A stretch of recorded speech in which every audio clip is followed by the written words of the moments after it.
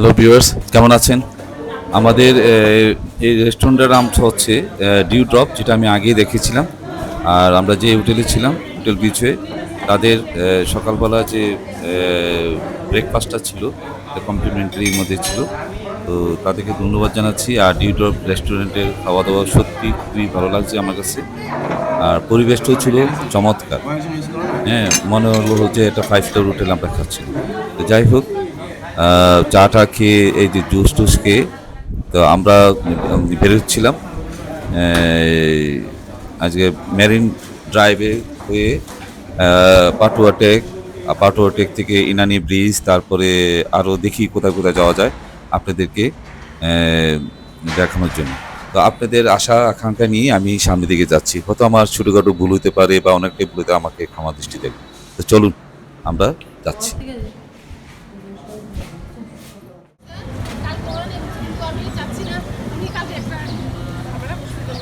এর মাধ্যমে আমরা উঠতেছি। আমরা কোথায় যাবো এখন? আমরা যাবো এখন মেরিন ড্রাইভ রোড দিয়ে একদম পাটওয়ার টাইপ। পাটওয়ার টাইপ, ঠিক আছে বাবা। এটা থাক, আমি তোমার সামনে বইতে বাবা। আচ্ছা, কারণ আমি তো ছবি তুলি তো, ঠিক আছে বাবা। আর আল্লাহর নাম বললাম। হচ্ছে আমরা রওনা দিলাম। এই হলো ডলফিন মোড়।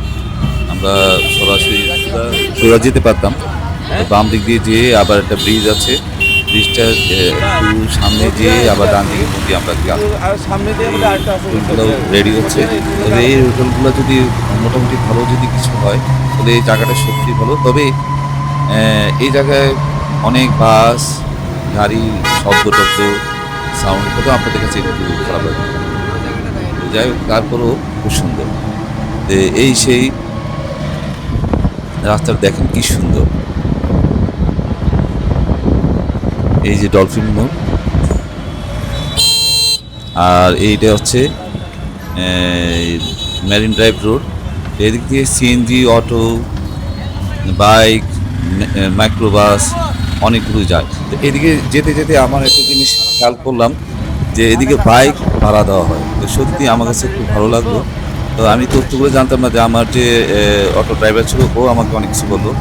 এই দেখেন, এই যে এদিকে ড্রাইভ, তো যতটুকু জানলাম, বাট অথেন্টিক নিউজ নাই। এই যে এইগুলো বাইকগুলো দেখুন, খুব ভালো বাইক।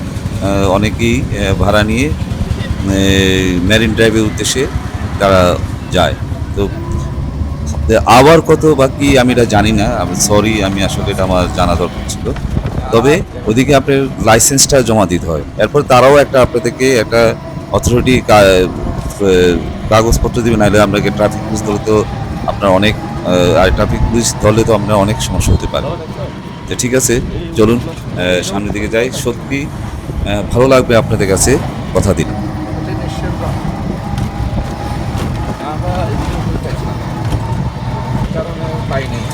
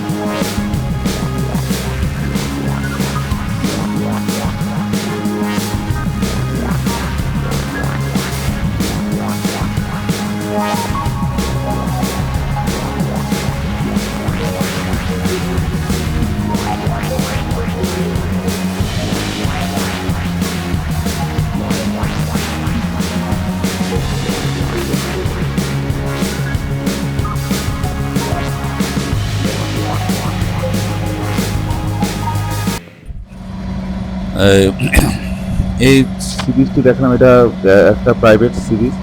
তো এই এই দেখুন কি অবস্থা, ওয়াও! এই দৃশ্য দেখলে বলুন আপনার কাছে কি কিরকম লাগতে পারে বলুন আপনি? আপনি চলে আসেন। হ্যাঁ, আপনি হয়তো যদি নিজস্ব আপনার গাড়ি থাকে তাহলে অবশ্যই আরো মজা পাবেন। তবে আমি মনে করি অ্যাম এটা একটু দেখতে হলে বাইক হলেও সুবিধা হয় যদি ২-১ জন আসেন। আর যদি ফ্যামিলি নিয়ে আসেন, আমার মনে হয় এরকম আমরা মতন এরকম অটো ভাড়া নিয়ে যদি আসেন তাহলে অনেকটাই ভালো মতন আপনারা দেখতে পারবেন।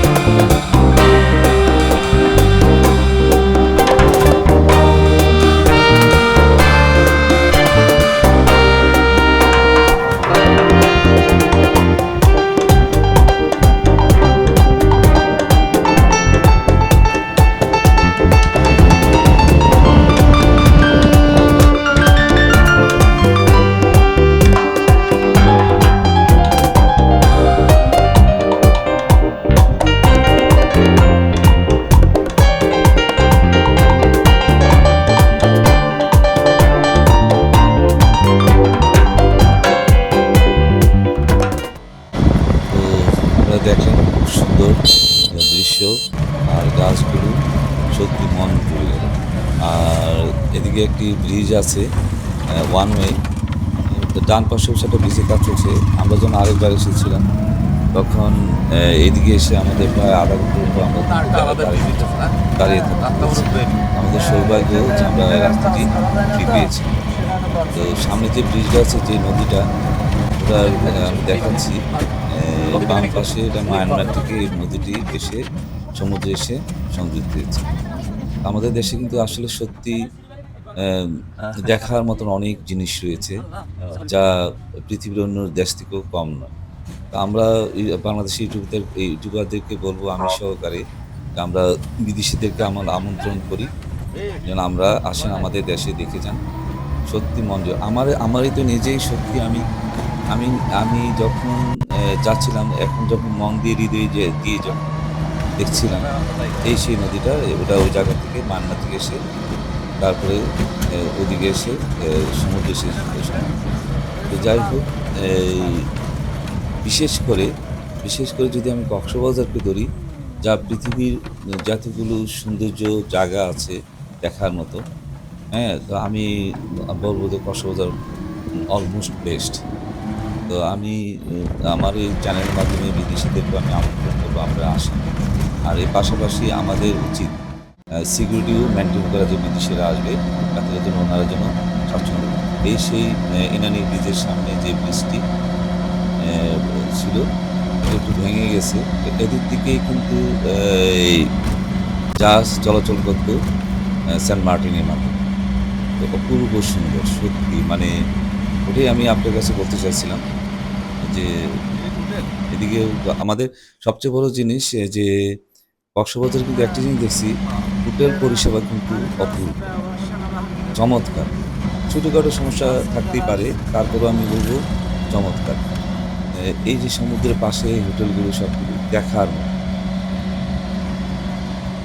তো চলুন আপনাদের সাথে কথা বলতে বলতে যাই।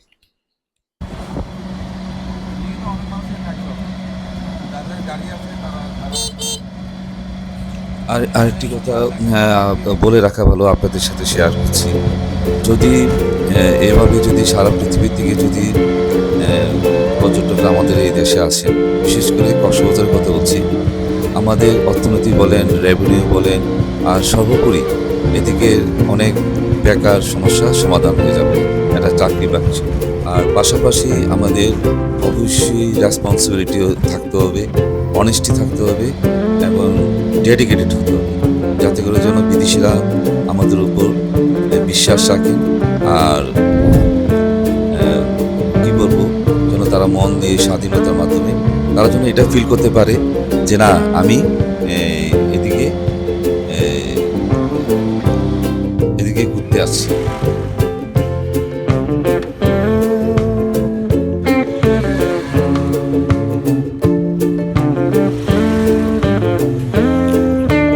আর এই দেখেন বিশাল সমুদ্রের একটি অংশ। আমরা এদিকে একটু দাঁড়িয়েছিলাম একটু অন্য একটা কারণে, বলছি সামনের দিকে। তো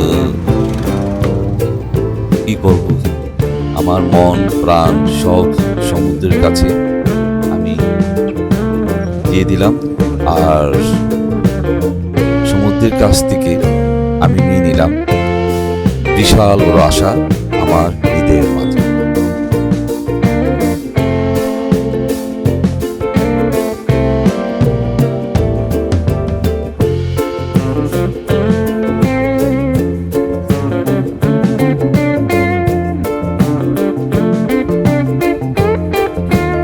এই সমুদ্র, তুমি ভালো থেকো, ভালো থেকো অনন্তকাল।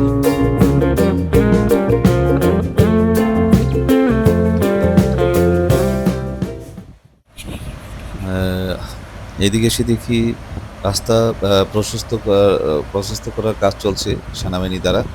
সত্যি ওনারা খুব কষ্ট করছেন। আর আমি যতক্ষণ দেখছি খুব সুন্দরভাবে ডিরেকশনের মাধ্যমে মাটি ফালানো হচ্ছে। তো 1971 সন থেকেই ওনারা বাংলাদেশের উন্নয়নের কাজে বিশাল বড় অবদান রয়েছে বাংলাদেশ সেনাবাহিনী। আমি মন থেকে হৃদয় থেকে ওনাকে স্যালুট দিলাম।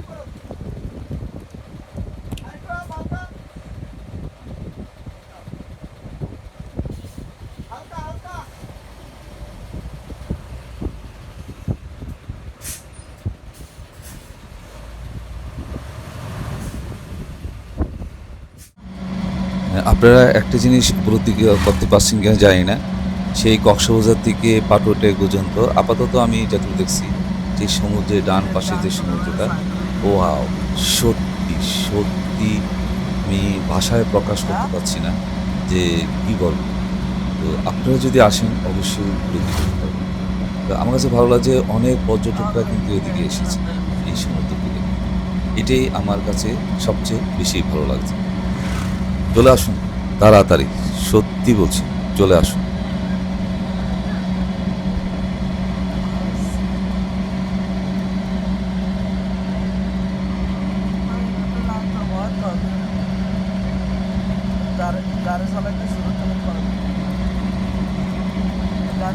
তো এই যাই হোক, আমরা পাটুয়া দিকে যাচ্ছি, যে এই দেখুন আমি যখন পাটুয়া থেকে যখন এদিকে আসি, আমি সত্যি মানে নিজকে ধরে রাখতে পারিনি। এত অপূর্ব, মানে আমার মনের ভিতরে যে একটা যদি কোনো রাগ থাকে বা কোনো কিছু থাকে বা একটা শঙ্কা নিয়ে থাকে, তো সব কিছু আমি ভুলে গেছি যখন এই জায়গাটার জন্য আসি। আমার ওয়াইফ, আমার ছেলে, তারাও পর্যন্ত খুবই ইমপ্রেস ছিল। তো আমি অবাক হইছি যে আমার দেশের মধ্যে এত সুন্দর একটি জায়গা রয়ে গেছে। আর আমরা অনেকেই হয়তো এই জিনিসটা মিস, তা আমার মিস করছি। আমার এই ভিডিওর মাধ্যমে আপনাদেরকে পাটুইটা একটা আমরা দেখালাম।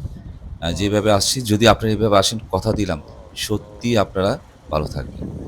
আবারও দিয়ে দিলাম আমার প্রাণ এই বিশাল সমুদ্রের কাছে।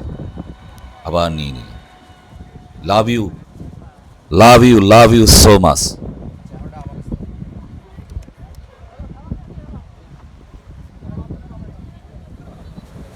একটা জিনিস দেখতে পেলাম পাটুটেকের এই লাইফ সাপোর্ট দেখি নাই। তবে এদিকে এই যে চেয়ারগুলো রইছে, তো পর্যটকরা এসে এদিকে থাকতে পারেন। আর মোটর বাইক, আপাতত মোটর বাইক বাস এতটুকু দেখছি। তো তারপরেও খুবই দারুণ জিনিস আপনারা দেখতে আমরা জোয়ারের সময় আসছিলাম এইজন্য অনেকগুলো পাথর আমরা দেখতে পারিনি।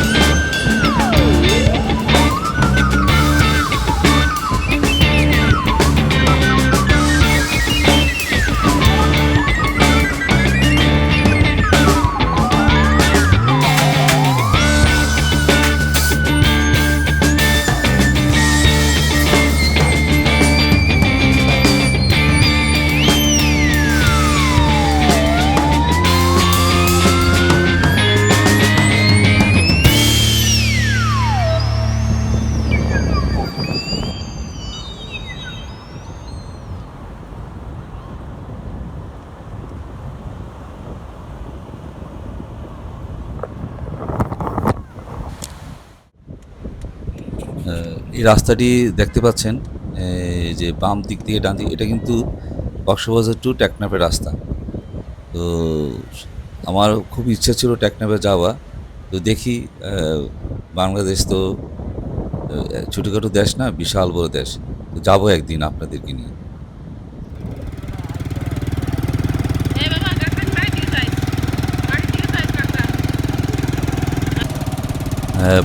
পাটুটেকের আরেকটা বৈশিষ্ট্য হলো লাল কাঁকড়া। তো আমরা যখন মোটর বাইক ভাড়া করছিলাম, যে আমাকে বললো যে আমরা চলেন, আমরা ওই যে জায়গাটা দেখছি ওই জায়গায় নিয়ে যাবো আর লাল কাঁকড়া দেখাবো। তা আরেকটি জিনিস ছিল, কচ্ছপ ছিল। এদিকে আমরা ঢোকার সময় লেখাই ছিল বোর্ডে যে কচ্ছপদেরকে জন্য কেউ যেন নিধন না। কিন্তু আপনাদেরকে একটা জিনিস হৃদয়ের একটা জিনিস দেখাবো, সত্যি আমার কাছে খুব খারাপ লাগছে।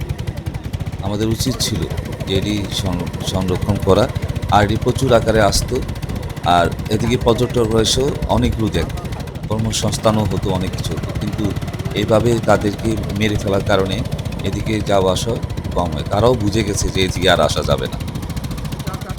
তো এদিকে একটা দারুণ ঘটনা ঘটছে। ড্রাইভার সাহেব আমাকে বলে যে আপনি ক্যামেরাটা দেন, আমি এই কাঁকড়ার আপনার ছবিটা তুলে দেবো। তো আপনি দেখেন, খুবই ভালো লাগছিল, আমরা হাসছিলাম যখন উনি ক্যামেরাটা নিয়ে আমার হাতে থেকে ক্যামেরাটা নিয়ে এই একটা কাঁকড়ার পিছনে উনি দৌড়েছিল।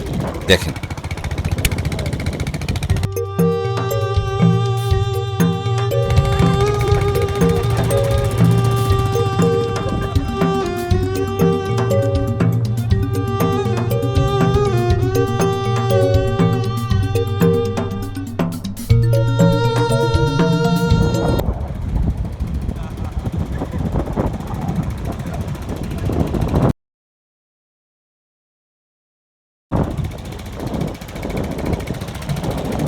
মজা পাইলাম দাদা, থ্যাংক ইউ ভেরি মাচ, খুব মজা পাইলাম।